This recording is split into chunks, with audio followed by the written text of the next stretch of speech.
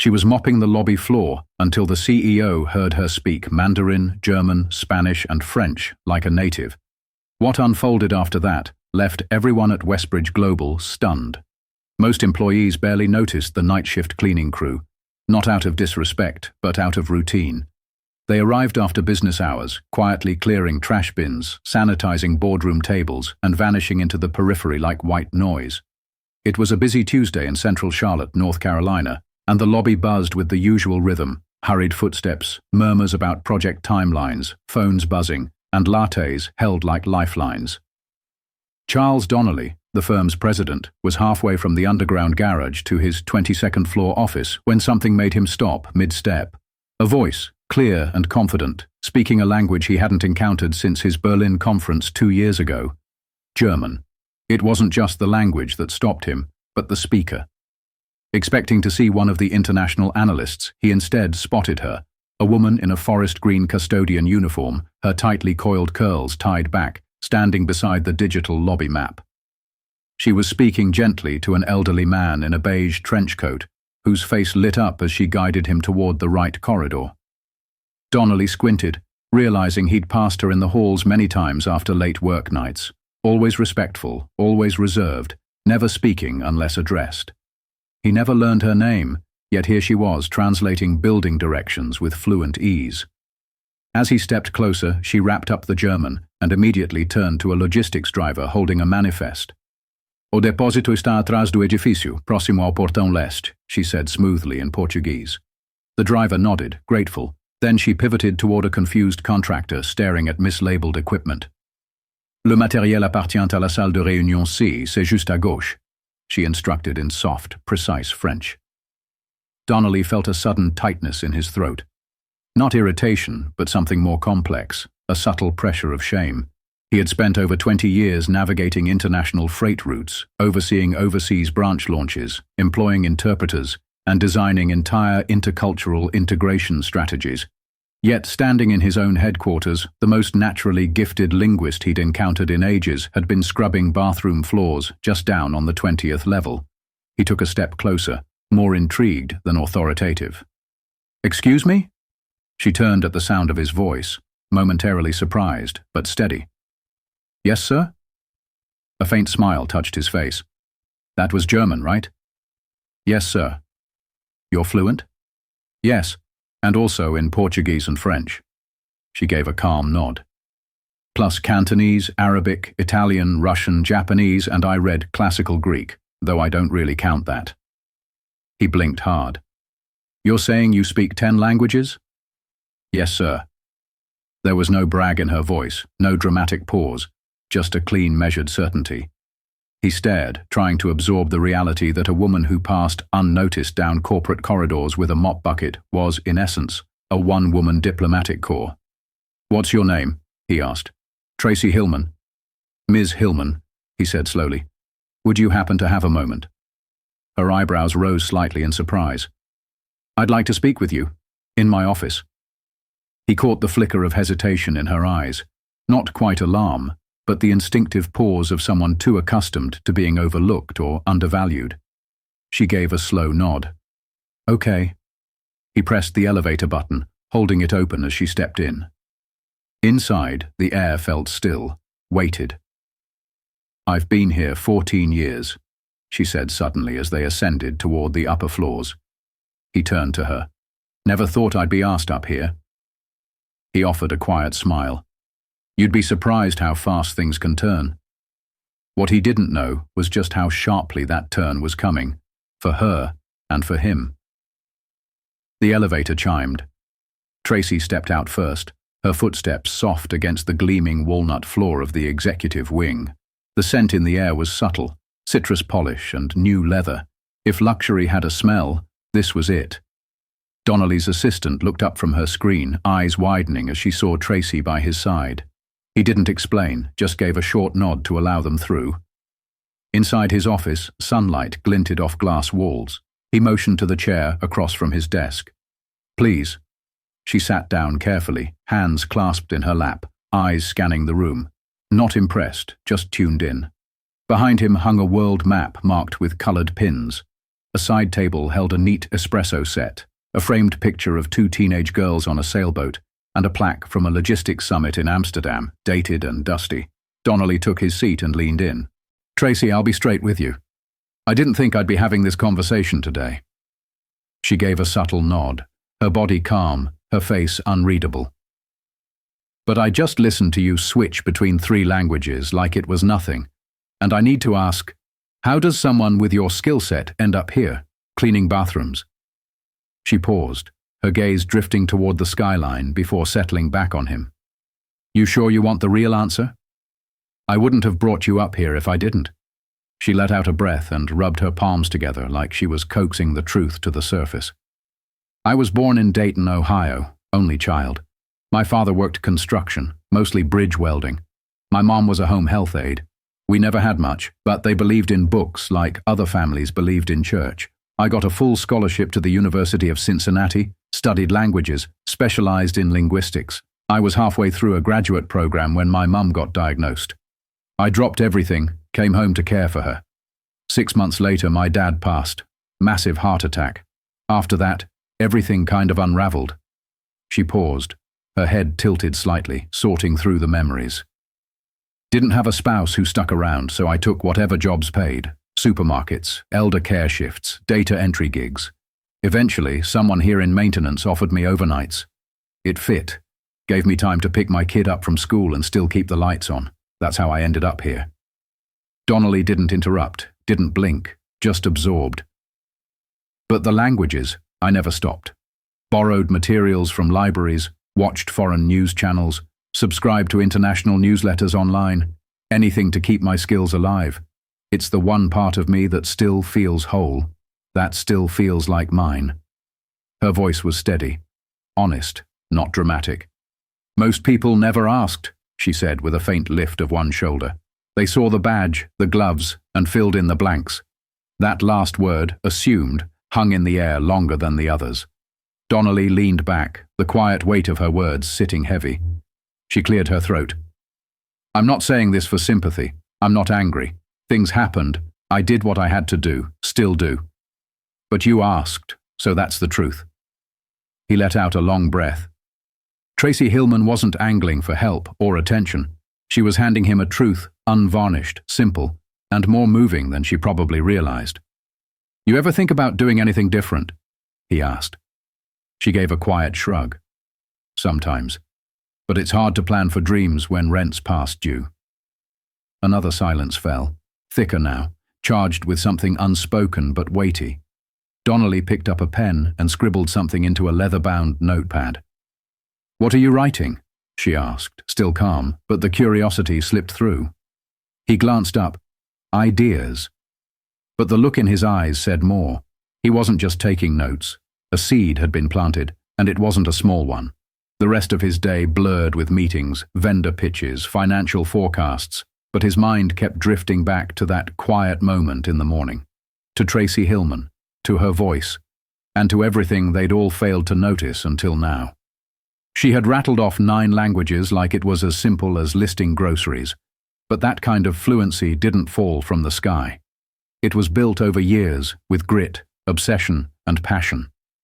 Around 3:45 p.m., Donnelly stepped away from the polished quiet of the executive floor and rode the elevator down to the building's lowest level. He needed to see something for himself. Down there, the air felt heavier, warmer. The walls were dull beige, marked with years of carts and steel-toed boots.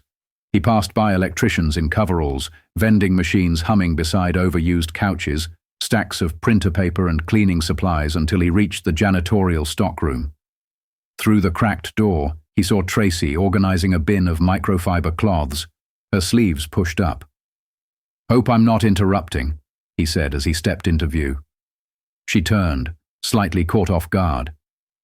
"You came down here?" He nodded, smiling. "Couldn't stop thinking about our conversation. I've got a favor to ask." She wiped her hands casually. "What kind of favor?"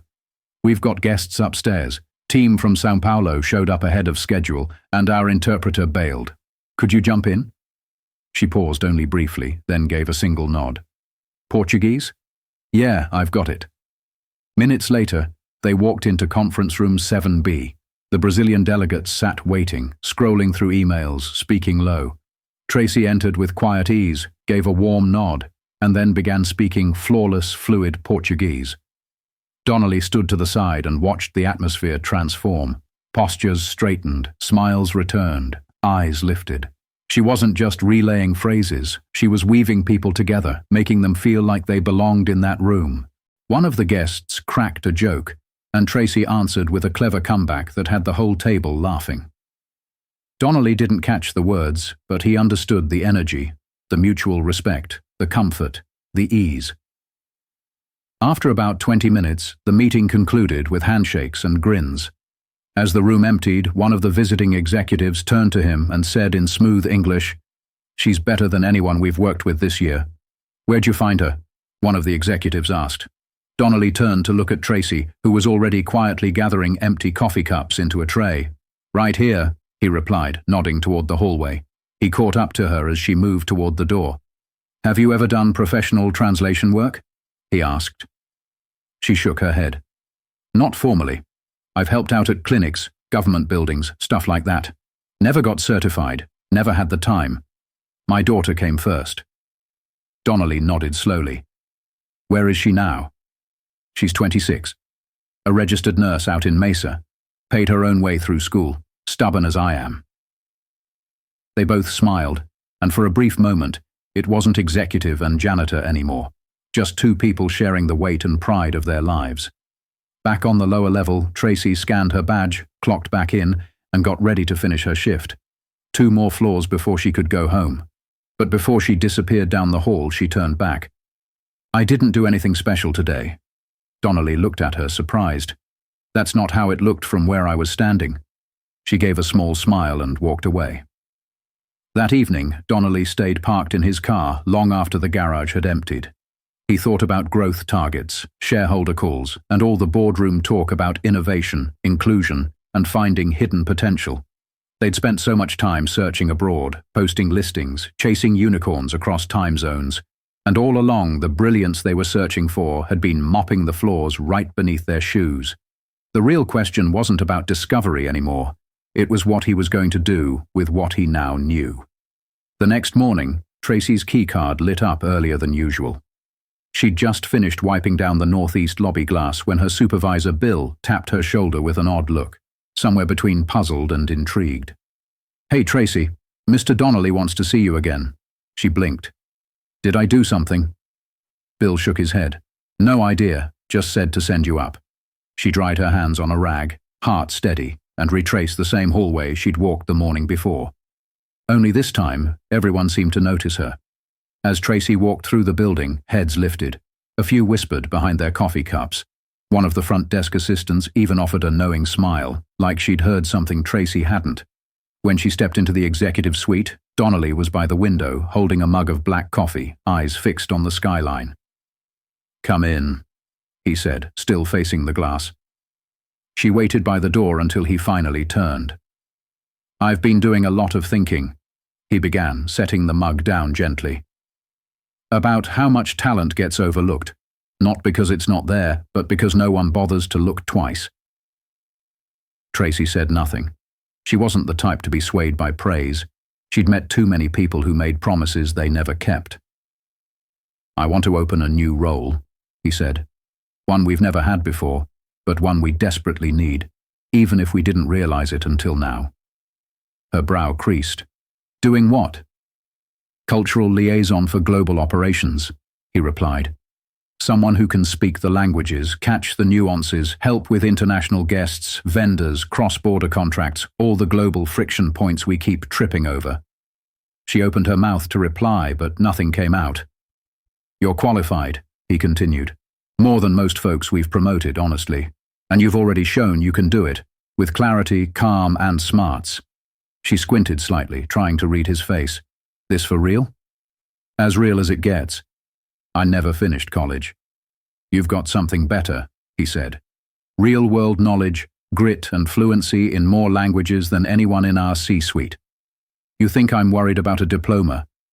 She shifted her stance, the weight of doubt still lingering. "Why me?"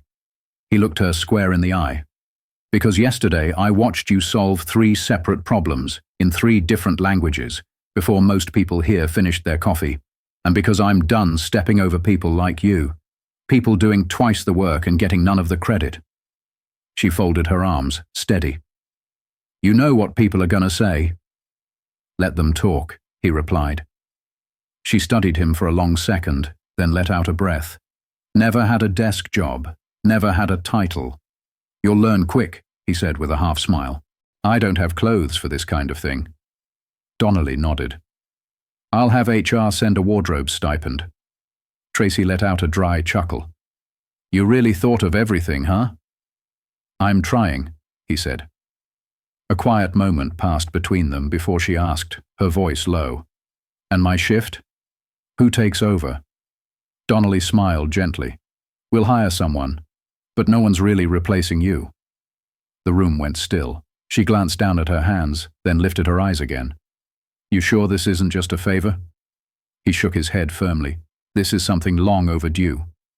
Her lips pressed together, and for a second her eyes shimmered, but the tears never fell. She blinked them back and straightened her shoulders. All right then, she said, her voice strong. Let's see what I can do. He extended a hand, and she took it. It wasn't just a handshake. It was a line in the sand, a shift in everything that came before. But what neither of them could have predicted was how the rest of the company would respond. By Wednesday morning, word had spread faster than any internal memo. Tracy Hillman, the woman from facilities who worked nights, had been bumped up to a senior-level role. The rumors came fast. Something about speaking 10 languages, that Donnelly himself had offered her the job, that maybe she used to work in intelligence, or for some international agency. Nobody knew for sure. Whispers spun through break rooms and bounced between Zoom calls. Some people were inspired, others smirked. But not everyone was happy. In the break room, 2 marketing coordinators huddled over plastic salads. I'm just saying, one muttered. I've got an MBA in global strategy, and I've been here 3 years waiting on a promotion. She was cleaning bathrooms last week. Her friend raised an eyebrow. Maybe she's got something we don't. The first one scoffed. Or maybe this is Donnelly trying to play woke, check a box, make a headline. That tension crept into meetings, group chats, whispered corners of the office, the disbelief that someone could skip the expected path and still land somewhere that mattered. Tracy felt it the second she stepped onto the 12th floor and into her new office. It was small, just a basic desk, a potted fern, a brand new computer she hadn't even logged into yet. But to her, it looked like another dimension. After HR walked her through the basics, she turned and asked if she could keep her old uniform. Not to wear again, just to remember. That afternoon, Tracy had her first meeting with Victor, the head of international operations. He entered with a clipboard in hand and a skeptical look, skipping the handshake. Her hand remained by her side. So you're the new liaison? He said, words dipped in forced politeness, almost sarcastic. Tracy met his gaze. That's what I've been told. You have experience in corporate environments? He asked. Her smile barely reached her eyes. Only from the outside looking in. He didn't smile back. I've got progress reports from Milan, legal docs from our Dubai team, and a vendor mess in Sao Paulo. Think you can handle all that? She stood, calm and steady. Give me a few hours to review it all. But yes, I can handle it. He dropped a thick folder onto her desk and walked out without another word. Later that evening, Donnelly stopped by her office. How's day 1? She leaned back in her chair and exhaled. I've had tougher days. He grinned. Victor giving you grief. He doesn't intimidate me, she said without hesitation. Didn't think so, he replied. She paused, then asked quietly, Can I ask something? Of course. Why now? Why me? You could have just given me a check and gone on with your day. He leaned against the doorframe, thoughtful. Because I saw a piece of myself in you. She raised an eyebrow. You were a janitor? No, he said, smiling. But I know what it's like to be overlooked. I grew up in a town people forget exists. My dad fixed engines. I juggled 3 jobs just to finish school, walked into boardrooms where people made it clear I didn't belong. And now Now I get to decide who belongs. She nodded slowly. And you chose me. Exactly. A quiet beat passed before Tracy glanced at the file Victor had dumped on her desk. I'll be real with you, I'm nervous. Good, he said. That means you care. Her eyes lifted to meet his. Some people aren't going to like this. Let them be uncomfortable, he replied. They'll adapt, or they won't. Either way, we're not stopping. Then he stood up straight. You have a voice, Tracy, a real one, and now you've got the platform to match. As the door closed behind him, she sat in stillness, letting the quiet settle around her like a weighted blanket. She looked around the office, the clean lines, the soft hum of central air, and remembered every lunch break spent crying in bathroom stalls, the aching feet after midnight shifts, the job interviews where no one called back, and the countless promotions given to people who never once acknowledged her presence. She opened her desk drawer and placed her old custodian badge inside. Not to forget, but to remember. To remember exactly what it took to get here, because this story didn't belong to just her anymore. And the light was only getting brighter. By Friday, a sleek nameplate had been mounted outside her door, silver finish, black engraving, Tracy Hillman, Cultural Liaison, Global Affairs. It looked official, permanent, earned. Word spread differently this time, officially. Friday morning, a company-wide email landed in every inbox, sent directly from Donnelly. It was brief, direct, and carried weight. He introduced Tracy Hillman as the new Cultural Liaison for Global Affairs, outlining her role, her capabilities, and most importantly, her value. There was no framing it as a heartwarming gesture or a story of charity. It was clear. She was the most qualified person for the job. Still, the murmurs didn't stop. A few managers grumbled quietly. Others changed their tune after watching her work. She handled conversations with international clients better than the translation software ever had. She caught costly errors buried in old contracts, things the legal team had missed for years, and she didn't brag. She didn't perform. She just worked, efficiently, humbly, better than anyone had anticipated. On Monday, Tracy was invited to a meeting with delegates from Morocco. The company's North African partnership had been stalled for months. Mistrust, poor translation, missteps on both sides. She entered the room wearing a soft beige blazer, sat confidently, and greeted everyone in fluent Moroccan Arabic. You could feel it. The shift. The air changed, postures straightened, people leaned in. Because when someone speaks your language, they're not just talking, they're showing you respect. After the session, one of the Moroccan reps approached her quietly, placed a hand over his chest in thanks. No one's ever done that, he said softly. Not in our language. Not like that. Tracy met his eyes. You matter, she replied. That's all. By Wednesday, Donnelly made another quiet move. He had the company's central training space renamed, the room where every new hire began, where department heads led seminars, where strategies were born. The old plaque came down. In its place, the Hillman Room. No speech, no ribbon cutting, just a small silver sign and a message that ran deeper than any celebration. That afternoon, Donnelly paused outside the room as a new class of interns filed in. One of them whispered, "Who's Hillman?" A senior staffer replied, "She's the one who reminded us greatness doesn't always wear a suit." That same day, Tracy returned to her desk and found a plain envelope, no sender, just her name printed in neat block letters. Inside, a handwritten note. I used to believe I'd always be invisible, but today I stood a little taller because of you. Thank you. No name, no signature. Just quiet proof that someone had been watching, someone who needed to see what was possible. Tracy sat at her desk, staring at the paper, throat tightening, heart full. She didn't cry. She didn't need to. Because in that moment, sitting at her desk with the unsigned note in hand, Tracy realized this wasn't just a promotion, it was a door. And doors like this didn't stay open without resistance. Someone, somewhere, was already preparing to push back. The backlash didn't take long. Late Thursday afternoon, she was summoned, not by Donnelly, but by someone even higher. Eleanor Craig, a senior board member who'd flown in from Dallas. Eleanor had been part of the company since the early 1990s. Known for her tailored suits, colder stare, and a reputation for slicing through nonsense like a scalpel. Tracy entered the Stark conference room on the 17th floor. Eleanor was already seated, a thick folder in front of her, eyes fixed on the papers, not on Tracy. "Have a seat," she said flatly. Tracy sat, calm. Eleanor tapped her pen twice against the table. "Ms. Hillman, I've reviewed your file. No college degree, no corporate background, no leadership certification." "That's correct," Tracy replied evenly. Eleanor finally looked up. "3 weeks ago, you were cleaning restrooms in this building." "I was."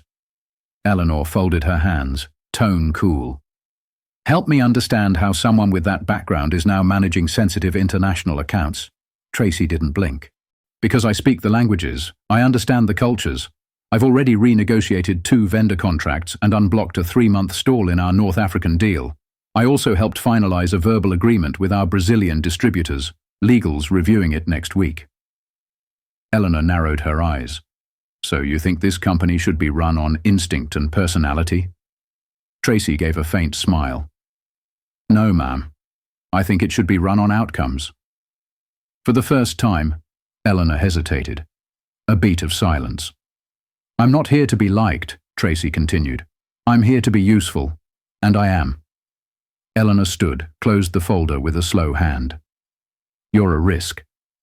Tracy's voice softened, but held firm. "I've been one my whole life. It's how I got this far."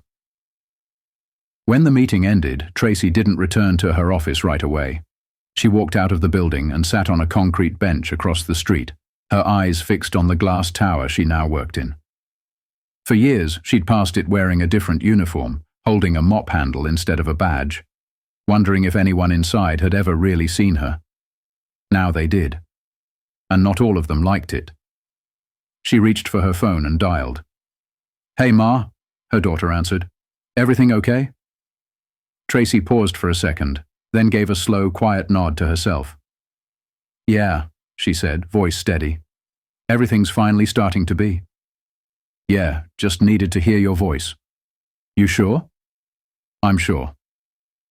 They talked for a few minutes. Nothing heavy, groceries, her daughter's overly dramatic dog, a new comedy she wanted to stream that weekend. But that laugh, hearing her daughter laugh, centered Tracy again. When they hung up, she sat in silence, let the noise of the city wash over her, then rose from the bench, crossed the street, and rode the elevator back up to her floor like nothing had happened. By the next morning, word of the meeting with Eleanor Craig had somehow made its rounds. But to everyone's surprise, Tracy didn't shrink. She arrived early, spoke confidently at the team check-in, and took a call with the Berlin office. No interpreter, no hesitation. Calm, focused, unshaken. Later that day, someone left a message on the whiteboard outside her door, written in black marker. "We see you." No name. Just 3 words that reached deeper than any applause. Over the following weeks, something remarkable unfolded. People started seeking her out, not just for translation, but for guidance, for clarity, for calm. She became the one people checked with before making a big move. Interns popped into her office with questions. Junior staff invited her to review pitches. She offered insight without ever making anyone feel small. One afternoon, a quiet Vietnamese intern named Bao approached her hesitantly. "How did you learn all those languages?" She smiled gently. "One word at a time," she said. "Same way you will." Tracy wasn't just doing her job, she was changing the current. One afternoon, Donnelly met her in the break room with 2 coffees in hand. "Been hearing good things," he said. "I've been trying to ignore the bad ones," she replied, taking a sip. "You're making waves." She looked sideways at him. "That a good thing?" He smiled. "Around here, it means you're doing something right." They stood quietly for a moment before he added, "I've been thinking about launching a training program for employees in non-traditional roles. There's probably more people like you in this building." "There are," she said. "They just haven't been seen yet." He nodded slowly. "Want to help me build it?" Her answer came with a grin. "Already started sketching it in my head." By the end of the month, the initiative launched under the name Voice Inside, a program designed to give workers from all departments access to language training, mentoring, leadership development, and cross-functional visibility. It was Tracy's idea, and it took off. Eventually, she was invited to speak at a national logistics leadership summit in Cincinnati. On stage, she didn't spin it as a fairy tale. She didn't sugarcoat it. She told the truth. "I was never just a janitor," she said. "I was fluent. I was prepared. I was capable, but no one ever looked long enough to see it. So next time you walk past someone without a title, ask yourself, what are you really missing?" The room held its breath, and then it rose, every chair, every hand clapping, full applause. As she exited the hall, a young man stepped forward, eyes glassy. "My mom's a housekeeper," he said softly. "She speaks 5 languages. I used to be embarrassed to tell people that." Tracy gently touched the young man's arm. "Don't ever be ashamed of where you come from," she said. "The only thing to be ashamed of is staying blind to brilliance." Then she turned and walked out of that building standing taller than she ever had, not because of the applause, not because of the title on her door, but because she never had to become someone else to belong. She carried every piece of her journey with her, every hardship, every overlooked moment, every late night no one saw, and that's what made the difference. Never assume you know someone's worth by what they wear, where they work, or what their resume leaves out. Talent has no uniform. Intelligence doesn't need a credential. And brilliance can walk right past you wearing a name tag and holding a mop. If you've ever felt invisible, underestimated, or dismissed, don't stop. Keep showing up. Keep speaking, even if your voice shakes, because the right person will see you. And when they do, don't hesitate to take that seat at the table. Better yet, bring chairs with you.